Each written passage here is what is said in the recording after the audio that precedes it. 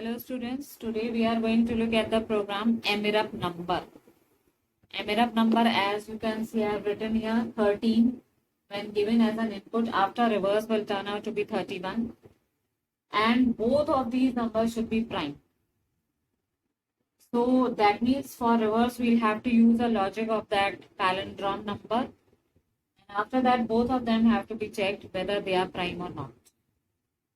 Let's see how do we do this program. Suppose we have taken n from the user with the help of a scanner. Now we are going to give its copy to a variable y. We'll keep two counters, one variable for reversing it and one I variable. So first of all, my first attempt will be to check whether the given number 13 is a prime number or not. We are going to use a for loop. I less than equal to n. If n modulus I is equal to 0, the counter C will increment. That means if n is divisible by 1 n by itself, then the counter will turn out to be 2. But we are not going to check here whether the counter has turned out to be 2 or not. We'll check it later. After applying the logic of the prime number, we have to do one more thing. We'll have to reverse the number. So we can take y for reversing it. While y greater than 0. R is equal to y mod 10.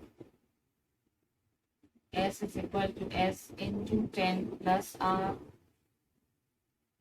And y is equal to y divided by 10.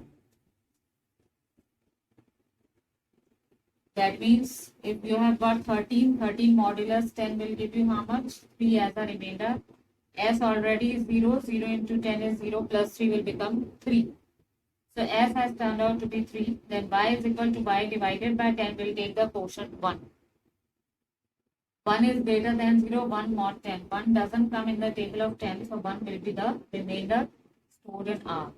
S already had got 3. 3 into 10 is 30 plus 1, 31.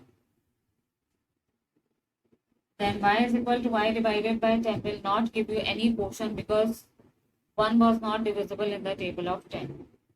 So now we have got the reverse of the number as 31. Our next step will be that we have to check whether 31 also is a prime number or not. So again we'll apply the same logic of prime number as we have done with n. But this time it will be for s.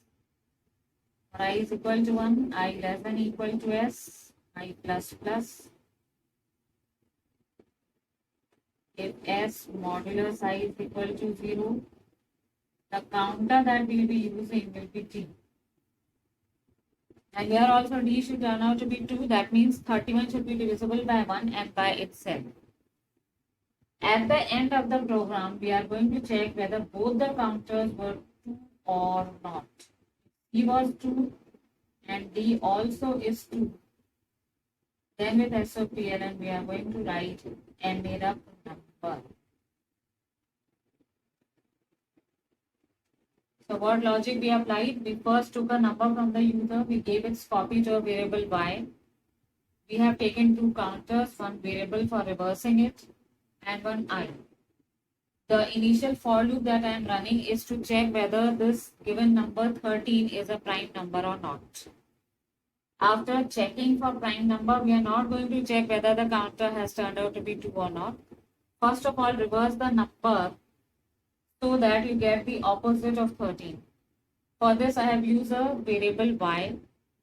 Y is going to be reversed with s is equal to s into 10 plus r, and we got 31. After this, 31 which is stored in S has to be checked whether it is prime number or not. So again the same loop will be applied in which a different counter is kept. At the end we are going to check if both the counters have turned out to be 2. Then it is an Emirap number. So hope this is clear to you people. Make it very clear. Break the steps of the program. First of all, whatever program is given in the examination, try to understand what the logic is asking. So our logic was saying that both of them are prime and plus we have to reverse. So we have applied all the steps. So if you have understood it, press the like button and subscribe to our channel. Thank you.